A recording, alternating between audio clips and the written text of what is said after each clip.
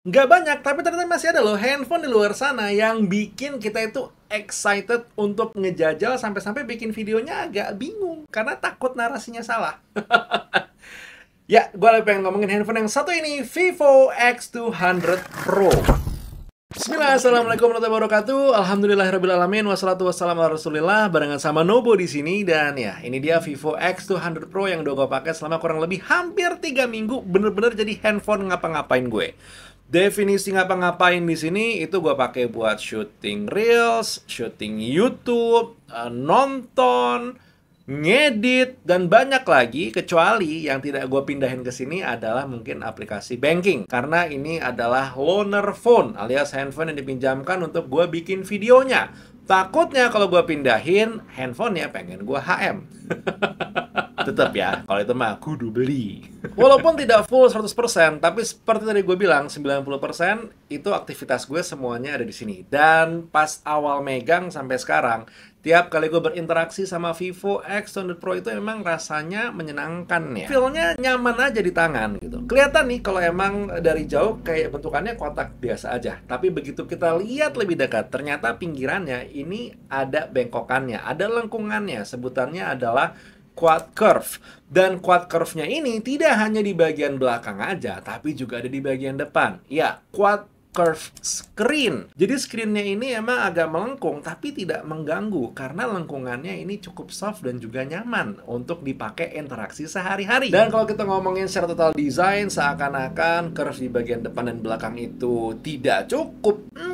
Di bagian kameranya dong, dia ngasih aksen di frame-nya yang nggak kalah elegan, dan juga untuk frame bodinya itu ada tekstur-tekstur yang lagi-lagi ngebikin kayak handphone ini dilihat dari jauh itu oke, dilihat detail juga hitungannya masih cakep. Oh ya, untuk urusan warna, ada dua varian untuk Vivo X200 Pro yang dibawa ke Indonesia. Yang pertama adalah titanium grey dan satu lagi adalah carbon black. Dan gue ngerti kalau lo beli handphone ini bawaannya pengen dieman-eman, disayang-sayang, makanya pengen lo casingin terus. Padahal pakai handphone ini enakan telanjang. Solusinya mungkin bisa seperti gue. Lo membawa handphone ini saat transport itu sambil dibawa casing, tapi begitu sampai ke rumah atau studio, tempat kerja atau tempat apapun yang cukup aman, langsung lo lepas casingnya. Lo gunakan dalam kondisi telanjang seperti ini. Percayalah, nyaman. Kita berpindah ke bagian layar. Vivo X200 Pro ini nggak cuma menang dari curve screen-nya aja atau quad curve screen, tapi juga dari masalah sertifikasi. Dia udah punya yang namanya sertifikasi Zeiss Master Color Display. Jadi berarti warnanya ini akurat. Dan ini kepake di saat lo ngambil foto menggunakan handphone ini, warnanya bisa ketaker hasil fotonya seada-adanya menggunakan layar handphone ini. Dan nggak cuma urusan warna aja, untuk clarity juga handphone ini udah oke. Dan untuk layarnya sendiri udah punya teknologi LTPO atau kalau sebutannya Vivo, Ultra Motion Dynamic Frame Rate. Impact-nya tentu selain masalah smooth secara experience, juga jatuhnya bisa jadi lebih hemat daya. Untuk masalah perlindungan mata, Vivo udah punya eye protection features di handphone ini,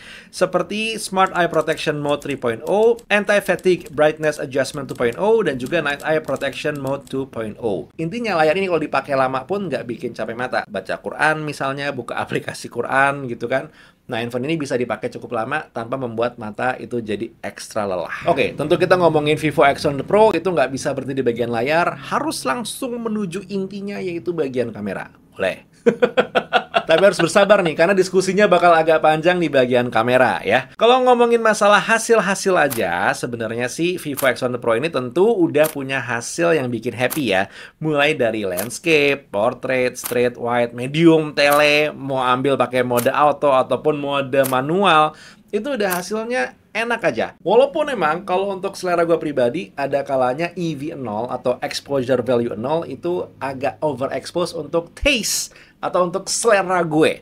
Makanya gue prefer sebenarnya untuk mengambil gambar sekarang itu jepret sekali posisi EV0, dan jepret yang kedua itu EV-nya gue turunin. Ada main di sekitaran minus 0,3 sampai minus 1,7, tergantung scene seperti apa, tapi ya balik lagi, itu jatuhnya seperti selera pribadi atau selera masing-masing. Tapi mengingat ya, hasil foto gue mungkin bukan yang paling bagus, karena gue sangat-sangat pelajar lah dalam dunia fotografi gitu kan. Pertanyaannya mungkin lebih ke bagian teknologinya. Apa sih yang ngebikin kok hasil foto dari Vivo X200 Pro itu bisa menarik? Oke, kita akan kupas layer-layer teknologinya. Layer pertama itu kita bahas teknologi dari bagian SoC-nya atau System on Chip. Vivo kerjasama langsung dengan MediaTek untuk ngedevelop Dimensity 9400. Dan hasil kerjasamanya ini ngebikin Dimensity 9400 ini bisa ngobrol dengan sangat baik dengan dedicated chip punya Vivo, yaitu Vivo V3 Plus chip. Contoh obrolan antara kedua chip ini bisa lo rasakan terutama di mode night photography dan juga di mode portrait video, yang bahkan nih dalam kondisi backlit atau cahaya di belakang, muka lo masih bisa terekspos dengan baik. Layer teknologi kedua yang ngebikin Vivo X200 Pro punya hasil foto dan juga video yang oke, itu tentu ada di bagian sensor kameranya. Vivo ini menggunakan 3 sensor untuk bagian kamera belakangnya. Yang pertama ada 50 megapiksel JN1 untuk ultra wide angle sensornya, 50 megapiksel Vivo X Sony LYT818 untuk sensor main kameranya, dan 200 megapiksel HP9 untuk sensor telefoto kameranya. 3 sensor ini punya teknologi masing-masing yang sangat menarik banget dan emang potensial banget untuk ngebikin foto-foto kita jadi ketangkap dengan sangat ciamik. Tapi kan tentu nggak berhenti di situ aja, karena sensor hanya menangkap gambar. Tugas untuk membawa cahayanya ada di bagian lensanya. Nah ini, di sini Vivo pinter. Kerja sama dengan Zeiss, dia menggunakan coating khusus untuk si Vivo X200 Pro. Dan ini adalah teknologi atau layer teknologi ketiganya. Ada Zeiss T-Star Coating ini untuk telefoto kameranya, dan juga ada Zeiss T-Star Coating with GLC Coating Technology untuk main kameranya. Nah, perpaduan dua teknologi terakhir ini ya, sensor dan juga coating, yang ngebikin kameranya jadi sangat-sangat menarik, yaitu ada Zeiss True Color main kamera dan juga 200 megapixel Zeiss Apo telefoto kamera. Hasil foto kedua kamera ini emang eksepsional menurut gue gitu ya. Main kameranya ini minim ghosting dan juga haze karena GLC coating teknologinya. Sementara untuk telefoto kameranya, ini punya kontrol dari CA atau chromatic aberration yang udah bagus banget. Dan percayalah, gue nyoba nih untuk memproduksi CA atau chromatic aberration menggunakan telefoto kameranya. Hasilnya sulit, bahkan cenderung tidak bisa, karena ya udah bersih aja dari CA, bahkan pada scene-scene yang harusnya CA itu hadir. Tapi seperti biasa ya, diskusi gue dengan teman-teman tech creator yang lain itu sepakat kalau misalnya hardware bagus tapi software-nya tidak di-tuning dengan baik, hasilnya ya gitu-gitu aja, gitu kan. Makanya di sini gue juga harus memberikan apresiasi ke Vivo, terutama untuk Vivo X100 Pro itu dari sisi aplikasi kameranya. Kita mulai dari yang paling simpel aja deh. Lo buka aplikasi kameranya, lo bisa ngeliat tuh. Pilihan zoom-nya itu udah tepat. 0,6 kali, 1 kali, 2 kali, 3,7 kali, dan juga ada 10 kali. Ini udah oke. Di bawahnya deh, ada pilihan mode-modenya lagi. Snapshot, landscape, portrait, foto, video, portrait video, dan juga more. Di pilihan-pilihan mode lain ini, mode Pro itu menjadi favorit gue. Kenapa? Karena begitu lo klik mode Pro ini, lo bisa pilih untuk mode Pro Video. Dan beneran sih, ini bahaya banget. Karena Vivo X100 Pro ini bisa merekam dalam mode lock sudah 10-bit, dan juga bisa merekam dalam resolusi 4K, tapi sampai 120 fps. Kalau di luar sana, banyak handphone, bahkan kamera yang tidak bisa merekam 4K 120 fps, Vivo di sini bisa merekam 4K 120 fps bahkan dengan suara. Jadi pas post production, mau suaranya lo matiin, mau suaranya lo nyalain, atau mungkin pengen lo kembang-kempisin secara speed ramp, itu bisa handal dilakukan. Padahal lagi-lagi, banyak kamera di luar sana 4K 60 aja ada crop. Nggak usah deh kita ngomongin 4K 120 fps. Cuman nih, kalau ada kalanya lo kepepet pengen punya hasil look yang oke kayak kamera tanpa harus mengandalkan mode Pro. Mode favorit gue yang lain ada di 4K HDR Cinematic Portrait Video. Dengan opsi perekaman 1080 atau 4K, mentok di 30 fps, tapi lo bisa mendapatkan separasi antara objek muka lo dengan blur di bagian belakang itu yang udah cakep banget. Bahkan di mode ini pun lo bisa kulik LUT. Iya, look up table atau LUT. Lo bisa pakai yang preset bawaannya Vivo X200 Pro, atau lo bisa import sendiri LUT-nya. Nggak cukup, lo bisa ngebedain antara LUT yang pengen lo pakai di muka atau di bagian belakang plus intensitasnya. Dah lah, jadi kalau emang pengen content creation, punya shot out of cam yang udah sesuai dengan signature color lo, Vivo X200 Pro ini kayaknya kudu wajib harus lo jajal untuk lo coba apakah masuk dengan workflow lo atau enggak. Oh ya, kan nama modenya adalah 4K HDR Cinematic Portrait Video. Mode HDR-nya ini bisa lo jajal dan lo pakai maksimalnya minimal ada di 2x atau di 3.7x zoom untuk mendapatkan contoh hasil terbaiknya. Gue coba compare nih antara yang HDR-nya nyala dengan yang HDR-nya mati. Berasa sih perbedaannya emang dari bagian detail, terutama di bagian shadows-nya. Gue pribadi, karena anaknya doyan underexpose, lebih doyan yang HDR-nya nggak nyala. Tapi ya balik lagi lah, ini selera masing-masing aja. Kayaknya nih kalau kita ngebahas fitur videonya Vivo X200 Pro 11111 nggak akan kelar videonya dan gue nggak bakal sempat ngebahas fotonya. Jadi tebang pilih ya, itu tadi mode-mode yang menurut gue menarik untuk di mode video. Sekarang gue pengen ngomongin mode-mode yang menurut gue menarik ada di mode kamera atau di mode fotonya ya. Yang pertama adalah Telephoto Super Stage. Nah, ini jujur gue akan kerepotan untuk membuktikan sebenarnya ya, karena kan gue punya kepercayaan tersendiri nih untuk masalah musik, gue punya keyakinan khusus gitu ya. Tapi, let's say misalkan emang lo doyan datang ke konser, atau mungkin kalau case-nya di gue datang ke conference atau launching gitu kan. Nah, Telephoto Super Stage ini sangat-sangat menarik karena nggak cuma perkara zoom-zoomnya aja, tapi dia juga udah punya yang namanya Zero Shutter Lag Motion Snapshot. Jadi ya, ibaratnya lo akan bisa tetap nge-freeze the moment di saat lo ngeklik si shutter itu. Dan kalau lo tipikalnya mungkin bukan yang fotoan, lebih suka videoan untuk si Telephoto Super Stage ini, tenang, lo tinggal klik di sebelah kanan, ada mode videonya.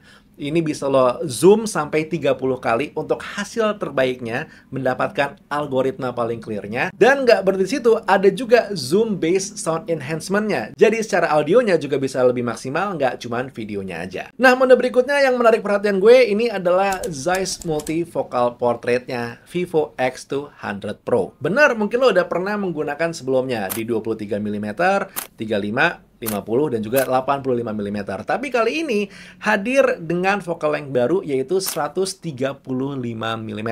Ini adalah focal length yang common ya dipakai para fotografer untuk ngambil portrait. 50, 85, dan juga 135. Tentu di mode ini lo bisa pilih style bokeh ala Zeiss yang banyak itu, tapi style bokeh yang kudu dicoba tentu adalah Zeiss planarnya dong. Ngerti ini bukan hal baru gitu ya. Lo mungkin dari zaman dulu juga udah sering pakai portrait mode, ngeliat tajamnya gimana, bokeh belakangnya gimana. Tapi percaya deh, X200 Pro ini taking portrait to another level. Mode terakhir yang pengen gue ceritain dari masalah kamera adalah Super Landscape Mode. Ada dua color style yang baru di sini yang bisa lo coba, yaitu Atmosphere dan juga Soft. Plus nggak ketinggalan, ada tools untuk ngebantu lo mendapatkan hasil landscape yang oke ya. Kalau favorit gue ada di Zeiss Perspective Correction. Kok sepertinya omongan kameranya baik-baik semua, apakah tidak catatan? Sebenarnya catatannya udah keluar di depan tadi ya, yaitu adalah masalah exposure. Gue kadang ngerasa exposure dari Vivo X100 Pro itu memang agak tinggi ya, bahkan untuk zero value EV-nya gitu kan. Makanya sering banget gue tarik antara minus 0,3 sampai minus 1,7 tergantung scene-nya itu seperti apa. Dan kenapa gue punya kecenderungan untuk nge-underexpose? Karena di saat dia expose-nya 0 atau overexpose, hasil fotonya out of cam itu bisa dibilang saturasinya dan juga kontrasnya berasa agak kurang, ya kan? Karena agak naik exposure-nya, jadi harus diedit-edit lagi. Ya sebenarnya sih nggak masalah gitu kan, karena 50% dari hasil foto yang bagus adanya emang di post editing gitu kan. Tapi ya kalau bisa udah cakep out of cam dengan underexpose, kenapa gue tidak memilih menggunakan itu aja. Dan ya, dengan itu sepertinya mode kamera dari Vivo X200 Pro harus gue rampungkan, karena kalau nggak videonya panjang banget. Masih ada nih hal lain yang pengen gue omongin dari handphone ini, seperti bagian baterai deh. Baterai dari Vivo X200 Pro ini sebenarnya menarik ya, karena kan secara body, dia itu bobotnya ringan, 223 gram untuk yang carbon black, dan juga 228 gram untuk yang titanium grey. However, dengan bobot yang seperti ini, dan juga bentuk body yang seperti ini ketipisannya, Vivo X200 Pro itu masih bisa memiliki baterai 6000 mAh. Tentu thanks to Blue Volt battery technology yang dipakai sama Vivo X200 Pro. Gak ketinggalan, selain besaran baterainya 6000 mAh, Charging speednya juga udah bisa 90 watt. Jadi nih, di saat gue coba nge-charge Vivo X200 Pro dari start baterai 10%, hanya perlu waktu 50 menit aja untuk bisa nge-charge full ke 100%. Sementara untuk menghabiskan dayanya sendiri itu juga tidak cepat ya. Masa iya gue YouTubean setengah jam, dia hanya berkurang 1%?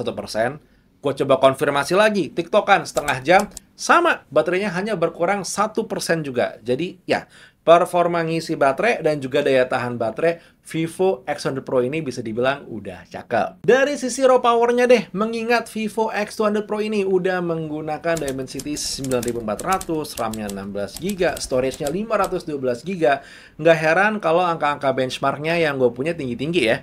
Antutu itu udah lebih dari 2.400.000-an. Single core-nya Geekbench 6 di atas 1.900-an. Multi-core score-nya ada di angka 6.600-an dengan OpenCL 13.064 dan Vulkan-nya 23.411. Jadi kalau diterjemahkan ke penggunaan sehari-hari, tentu handphone ini udah nyaman ya, breeze. Kalau misalnya untuk ngedit-ngedit di CapCut mah ya aman, nggak ada laggy, nggak ada stutter, dan yang paling penting untuk render time-nya pun juga cepat. Dari sisi software gimana, Vic? Kalau hardware-nya emang udah ajib. Nah, layaknya software kamera yang dituning dan juga dipikirkan dengan baik, Vantage OS 15 kali ini bisa gua kasih jempol karena peningkatannya berasa dibandingin dengan generasi sebelumnya. Secara animasinya bisa gue bilang lebih smooth, terus juga font-font yang digunakan ini lebih common dan lebih nyaman di mata. Tapi mungkin yang paling penting dicatat dari semua itu adalah Vantage OS 15 di Vivo X200 Pro kali ini sudah memiliki fitur AI. Mulai dari fitur Smart Imaging seperti AI Erase 2.0, AI Photo Enhance, dan juga Shadow Removal, plus juga Productivity AI seperti Circle to Search, AI Note Assist, AI Transcript Assist, Vivo Live Call Translation, AI Global Translation, dan juga Gemini Assistant. Jujur gue pengen banget ngebahas AI di handphone ini lebih banyak, tapi mengingat durasi video ini kayaknya udah cukup panjang ya, kayaknya mendingan lo subscribe channel ini atau mungkin follow gue di Instagram dan TikTok @taufiknobo untuk bisa ngeliat updatean gue tentang AI dari Vivo X200 Pro. Insya Allah kalau dimudahkan. Now, by the end of the day, untuk merekap video ini, sungguh gue tidak kaget kalau nantinya akan banyak orang menggunakan Vivo X200 Pro ini sebagai daily drivernya mereka, bahkan mungkin the only phone that they use as their daily driver. Karena jujur, dengan raw powernya, dengan hasil kameranya, handphone ini bisa banget diajak ngapa-ngapain. Terlebih lagi buat lo yang emang kerjaannya bikin konten atau ya seneng aja berkreasi dengan foto dan juga video. Handphone ini asik banget sih untuk dipakai berkreasi. Jadi sok monggo silahkan kalau misalnya emang punya opportunity jajal-jajal handphone ini, it's gonna be such a privilege untuk lo bisa menggunakannya dalam lo berkreasi sehari-hari. Tapi satu pertanyaan yang terus-terusan hadir di otak gue adalah jika flagshipnya aja udah bisa seenak ini, dan jika mid-tier phone-nya Vivo tahun lalu, yaitu V40, udah bisa seenak itu, kira-kira mid-tier-nya Vivo di tahun ini bakal seperti apa ya seri V-nya? Semoga ada nih teknologi-teknologi yang hadir di Vivo X200 Pro turun ke mid-tier series-nya. Jadi bakal menarik. Anyway, that was the video for today. Terima kasih sudah menonton video ini sepanjang ini sampai akhir. Kalau punya pertanyaan atau mungkin ada satu dua hal yang pengen dibahas, boleh tulis di kolom komentar. Buat sekarang Taufik undur diri. Assalamualaikum warahmatullahi wabarakatuh. Bye.